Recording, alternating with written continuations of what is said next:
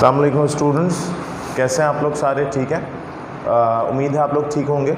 और रही बात हमारे अपने टॉपिक्स की, तो हम किंगडम एनिमेलिया पढ़ रहे थे और काफ़ी टाइम से हमारा किंगडम एनिमेलिया चल रहा है। बट इंशाल्लाह ताला इस क्लास के अंदर हम किंगडम एनिमेलिया को वाइंड अप की तरफ लेके जाएंगे।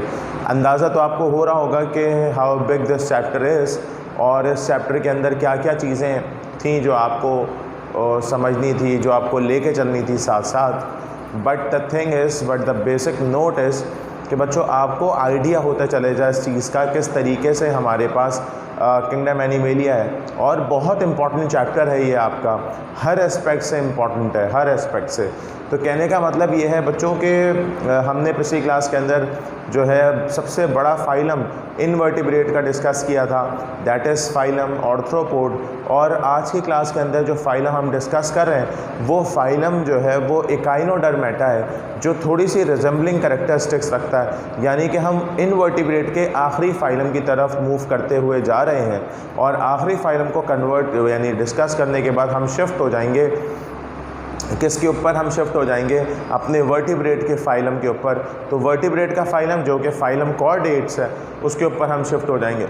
समझाने का मतलब ये है और सारी बातें बताने का मतलब ये है कि आपके माइंड में एक माइंड मेकिंग होते चले जाए आपको ही कि किस तरीके से इन चीज़ों को लेकर चलना है, क्या क्या चीज़ें, क्या क्या एस्पेक्ट्स, क्या क्या क्राइटेरियाज़ होते हैं जो आपको समझने हैं। बच्चों यहाँ पर हम बात कर रहे हैं किसकी? फाइलम इकाइनोडर्मेटा की। And what about the phylum Echinodermata? देखें बच्चों, यहाँ मैं लिख रहा हूँ क्या, यहाँ हमारे पास आ जाता है फाइलम इकाइनोडर्मेटा।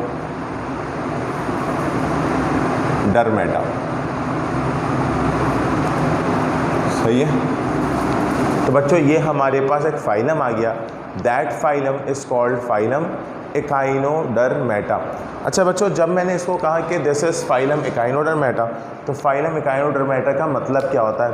बच्चों याद रखिएगा कि वर्ड को आप लोग ब्रेक डाउन करें। वर्ड को इस तरीके से ब्रेक डाउन करते हैं, ये बनता है इकाइनो और फिर बन जाता है डर्मेटा।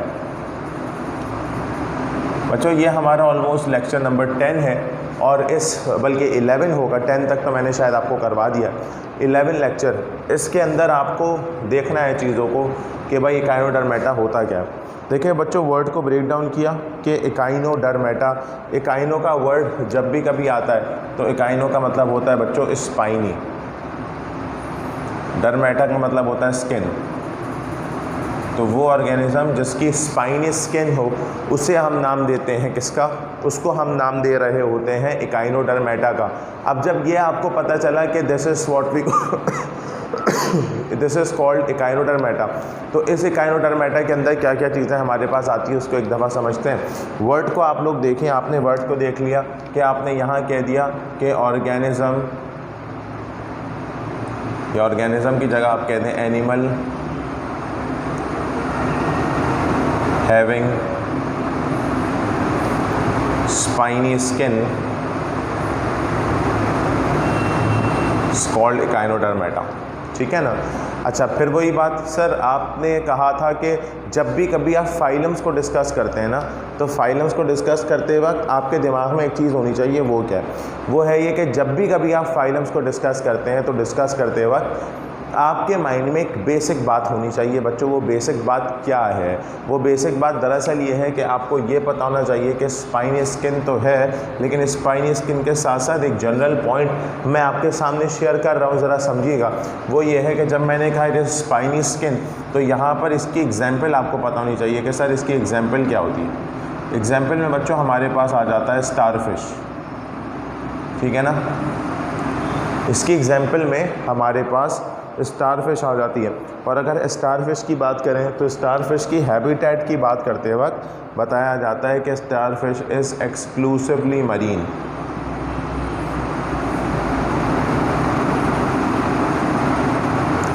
स्टारफिश इज़ एक्सक्लूसिवली मरीन होती है। मरीन का मतलब वो है जो कि पानी में रहे, that is called exclusively marine.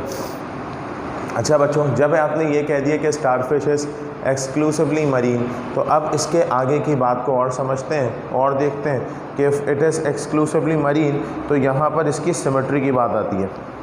तो आपने कह दिया कि it is radially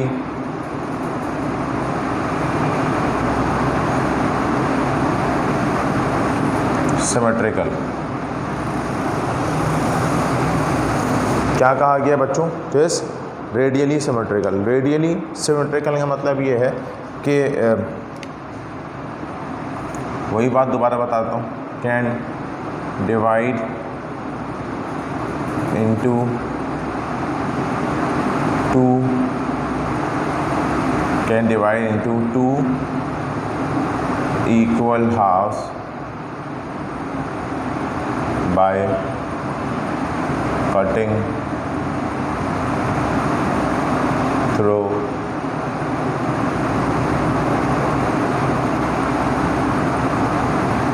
any axis। किसी भी दो एक्सिस से आके अगर हम इसे डिवाइड कर दें तो ये हमारे पास क्या होता है? ये हमारे पास रेडियली सिमेट्रिकल होता है। या इसको हम एक और नाम देते हैं, that is penta radially symmetrical. Penta radially symmetrical, या आप इसको कहते हैं pentamerous.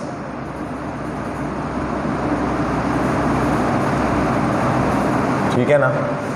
That is what we called बच्चों पेंटामेरस। तो हमारे पास ये चीज़ तो हो गई। अच्छा बच्चों, उसके बाद क्या कहा जाता है कि अगर हम इसके लार्वा की बात करते हैं, क्या कहा जाता है कि larva of echinodermata is called bipinnarial larva.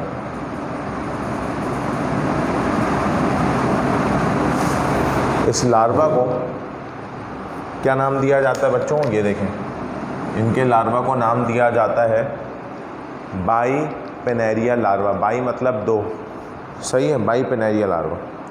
अच्छा, उसके बाद क्या कहा जाता है? यहाँ पे होता ये है कि इनकी जो बॉडी का सरफेस होता है ना बच्चों, वो रफ होता है। Surface of the body is rough. सही है बच्चों, तो इनकी जो बॉडी का सरफेस है वो रफ होता है। ठीक है। अच्छा, उसके बाद क्या कहा जाता है? अब यहाँ पे क्या होता है कि इनकी जो बॉडी होती है, यहाँ पर इनकी बॉडी की वॉल्स होती हैं, इनकी बॉडी वॉल्स होती हैं बच्चों।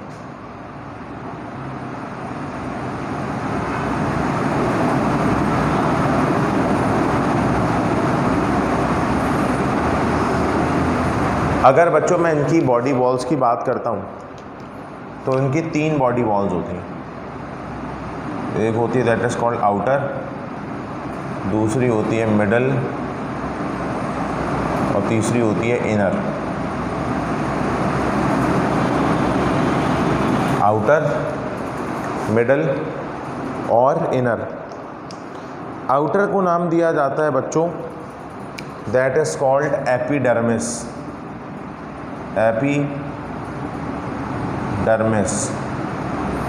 मिडल को नाम दिया जाता है बच्चों सिर्फ डर्मिस। अच्छा, इनर को नाम दिया जाता है बच्चों पेरिटोनियम। तो इस तरीके का सीक्वेंस होता है। Outer is called epidermis, middle is called dermis, inner is called peritoneum. इस तरीके की बच्चों ये हमारे पास क्लासिफिकेशन होती है। अब यहाँ पे क्या होता है, इनके पास ना एक्सोस्केलेटन में होता है बच्चों, इनके पास कंटेन, आप ये लिख दें कि कंटेन एक्सोस्केलेटन। इनके पास क्या मौजूद है? एक्सोस्केलेटन। ये किससे मिलके बना होता है? कैलकेरियस प्लेट से, या फिर ये मिलके बना है बच्चों स्पाइन से, इनसे मिलके बना है। सही। तो हमने ये बात कर ली। अच्छा, तो बच्चों ये कहा कि इनका जो एक्सोस्केलेटन है ना वो किससे मिलके बना है? वो मिलके बना है कैलकेरियस प्लेट से और स्पाइन से। कैलकेरियस प्लेट्स का मतलब होता है वो प्लेट्स जो कि कैल्शियम से मिलके बनी है, और ये है जो स्पाइन है वो कांटेनुमा स्ट्रक्चर है। उसके बाद बच्चों ये बताया जाता है कि इनकी जो यूँ समझ लें कि जो सीलोम होते हैं, सीलोम मतलब body cavity, is lined by peritoneum, यानी इंटरनल वॉल से इसकी सीलोम जो है बच्चों वो सराउंड हुई भी होती है या उससे कवर हुई भी होती है, या और बेसिकली ये इसके अंदर कौन कौन से सिस्टम्स मौजूद होते हैं बच्चों याद रखिएगा। इसके अंदर दो तरह के सिस्टम मौजूद होते हैं। एक ये हो गया हमारे पास डाइजेस्टिव सिस्टम, और दूसरा जो हो गया बच्चों वो हो गया हमारे पास रिप्रोडक्टिव सिस्टम।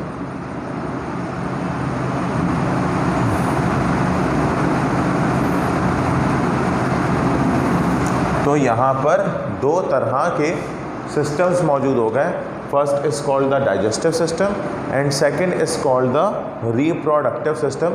ये दो तरह के सिस्टम्स जो हैं बच्चों ये मौजूद हैं। अच्छा, उसके बाद फिर क्या बताया जाता है, जैसे ही आपको क्लियर हो गया कि भाई इसके अंदर इस तरह के सिस्टम मौजूद हैं। अच्छा, अब इनके कैरेक्टरिस्टिक्स के अंदर जो एक और सिस्टम मौजूद होता है that is they have water vascular system. They have water vascular system.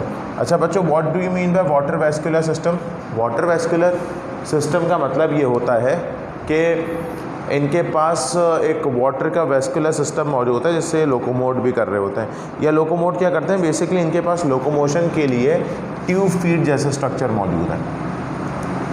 Locomotion के लिए इनके पास ट्यूब फीट मौजूद है। अच्छा, अब मैं आपको एक बात बता चलूँ इनका स्ट्रक्चर किस तरीके से नज़र आता है। देखें, यहाँ पर आपने कहा कि this is the structure of starfish.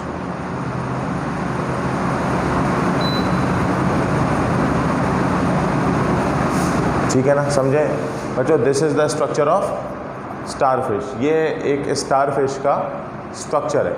जब बच्चों ये एक स्टारफिश का स्ट्रक्चर आपने देखा तो ये देखने के बाद अब ज़रा बात को समझिएगा कि किस तरीके से ये सीक्वेंस होता है। ये होता इस तरीके से है कि ये मैंने एक स्टारफिश बनाई और इस स्टारफिश का स्ट्रक्चर इस तरीके से नीचे की तरह ऐसे मौजूद है। यहाँ पर देखिएगा,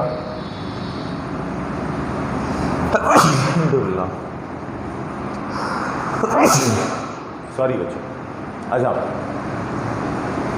यहाँ बताया गया कि इस तरीके से पोर्स मौजूद हैं।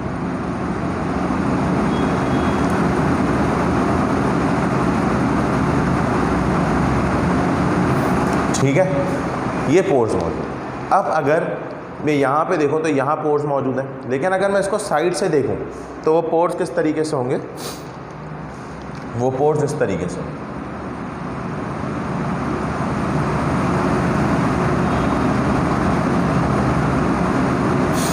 इस तरह का स्ट्रक्चर होगा। ये हमारे पास एम्प्यूला मौजूद होते हैं, यानी कि वाटर यहाँ से एंटर होता है, यहाँ जमा होता है, और ये क्या करते हैं, प्रेस करते हैं, वाटर को बाहर फेंकते हैं और फिर लोकोमोट करते हैं।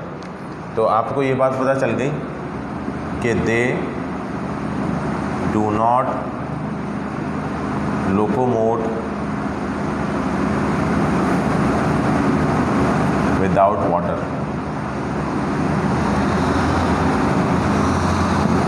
यानी ये वाटर के बगैर लोकोमोशन कर ही नहीं सकते हैं। इनको लोकोमोशन के लिए वाटर बहुत एसेंशियल है। अच्छा, क्योंकि साइज़ छोटा है तो इनका पूरा एलिमेंट्री कैनाल भी छोटा होना चाहिए। तो छोटा तो कर नहीं सकता, फंक्शन पूरा परफॉर्म कराना है, इसलिए एलिमेंट्री कैनाल कॉइल्ड होता है। Coiled alimentary canal.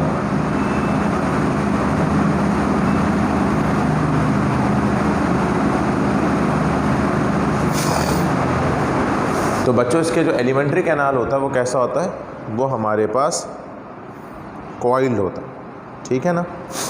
अच्छा, उसके बाद क्या होता है कि nervous system develop nervous system.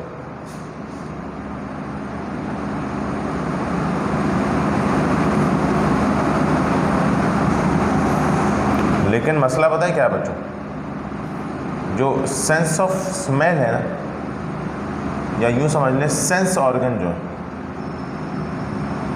ये पुअरली डेवलप है। यानी आपको ये पता है कि the sense organ are poorly develop, इतने ज़्यादा डेवलप नहीं है। तो हमने ये बात कह दी कि इनके जो सेंस ऑर्गन होते हैं बच्चों वो पुअरली डेवलप होते हैं। अब यहाँ पे बात आती है कि इनके सेक्सेस कैसे होते हैं। यहाँ होता ये है कि भाई sexes are mostly separate, sexes are mostly separate. क्या मतलब इस बात का? इस बात का मतलब ये है कि male and female sexes they are in other body, सही है। यानी मेल एक अलग बॉडी में होता है और फीमेल एक अलग बॉडी में होती है, सही है। उसके बाद ये जो इनके अंदर फर्टिलाइजेशन होती है, फर्टिलाइजेशन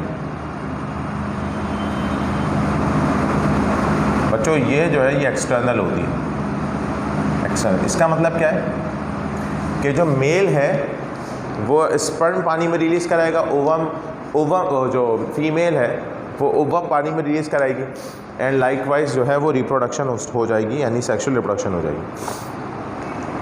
अगर कब ये कहलाता है sexual reproduction, this is basically sexual reproduction. अगर इसमें एसेक्सुअल का मोड आ जाए तो वो किस तरीके से होती है? एसेक्सुअल रिप्रोडक्शन कैसे होगी? तो बताया जाता है कि asexual reproduction always done by regeneration. What do you mean by regeneration? बच्चों जब भी कभी मैं रीजनरेशन की बात करता हूँ ना, रीजनरेशन में क्या होता है? रीजनरेशन में होता है ये किसी भी पार्ट को कट कर देते हैं, दो हिस्सों में डिवाइड हो जाएंगे। जब अपनी बॉडी को दो हिस्सों में डिवाइड कर देंगे, ये अपने उस पार्ट को दोबारा रीग्रो कर देंगे। जैसे ये चीज़ होती है क्या, ये हमारे पास एसेक्सुअल रिप्रोडक्शन की बात है, ठीक है। तो बच्चों ये हमारे पास किसकी बात आ गई? एसेक्सुअल रिप्रोडक्शन की, सही। ये हमने एक जनरल बात की है, किस हवाले से बच्चों? ये हमने एक जनरल बात की अपनी एकाइनोडर्मेटा की। अब बात ये आती है कि चले हमने ये तो डिसाइड कर लिया कि एकाइनोडर्म्स जो होते हैं वो इनके अंदर जो है वो वाटर वेस्कुलर सिस्टम मौजूद है और इनके अंदर ये सारी चीज़ें हैं। तो इसकी एग्जांपल भी आपको बताई जाती है कि दीज आर द एग्जांपल। अब सवाल ये आता है सर कि एकाइनोडर्म्स को कॉर्डेट से रिजेंबल कर रहे होते हैं। यहाँ पर जो है ना आपका वर्टिब्रेट का फाइलम बिल्कुल वाइंड अप हुआ। वर्टिब्रेट यहाँ पर आके बच्चों आपका एंड हो जाता है।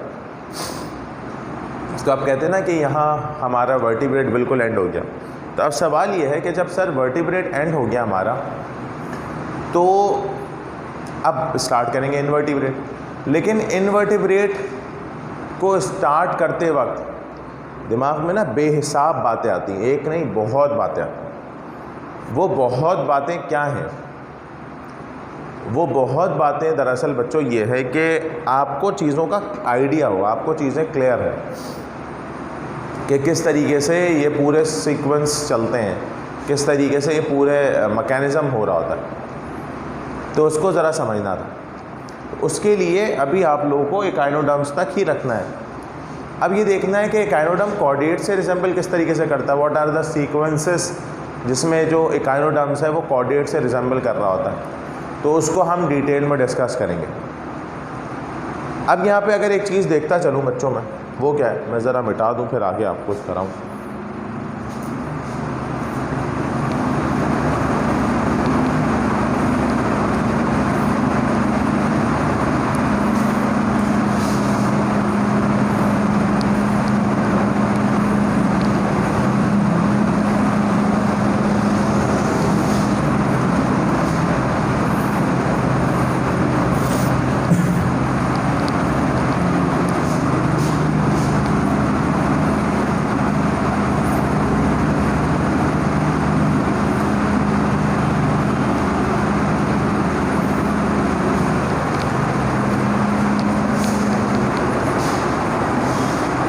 सवाल ये है कि भाई सवाल इस तरह का है कि resemblance of Echinodermata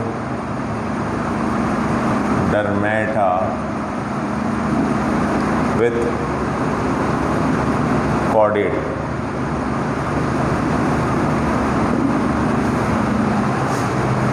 resemblance of echinodermata with chordate हमने आज की क्लास में बच्चों डिस्कस करना है। देखें, थोड़ा सा बस बता रहा हूँ आपको कि क्या क्या चीज़ है। अगर मैं दो अलग अलग बना दूँ, यहाँ मैं लिख दूँ इकाइनोडर्म,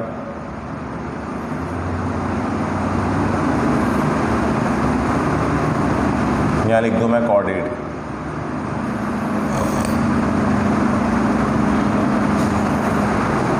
एक जगह लिख दूँ मैं इकाइनोडर्म, दूसरी जगह मैं क्या लिख दूँ बच्चों, कॉर्डेट। इकाइनोडर्म का मतलब ये होता है कि जो हमारे पास, आपको पता है, इनकी रिजेम्बलेंस देख लो, दोनों के लार्वा जो है बाइपिनेरिया लार्वा और कॉर्डेट के लार्वा कहते हैं टॉर्नेरिया,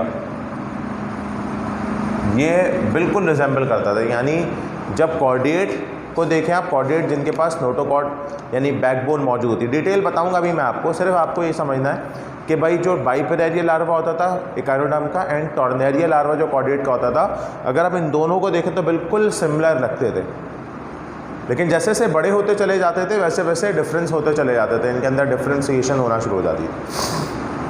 तो कहा गया bipinnaria larva of chordate and tornaria larva of bipinnaria larva of echinoderm and tornaria larva of chordate resembles with each other, एक दूसरे के साथ वो अच्छा खासा रिजेंबल करते थे। चलें भाई, ये बात हो गई।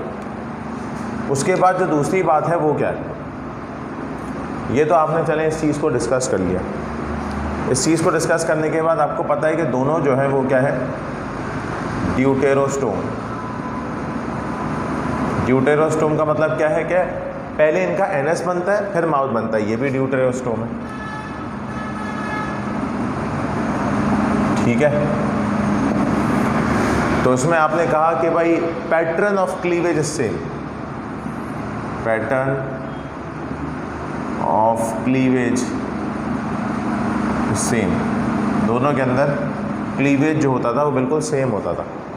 क्लीवेज क्या होता है बच्चों, ब्रेक डाउन किस चीज़ का, मॉड्यूला ब्लास्टुला के अंदर, फिर ब्लास्टुला गैस्टुला के अंदर, ये कहलाता है हमारे पास क्लीवेज। इन तीन बातों को बताने का मकसद क्या है, इन तीन बातों को बताने का सिर्फ और सिर्फ मकसद बच्चों ये है कि आपको ना चीज़ों का खुद क्लियर हो जाए कि भाई ये क्या है, किस तरीके से इनके अंदर सीक्वेंसेस मौजूद हैं।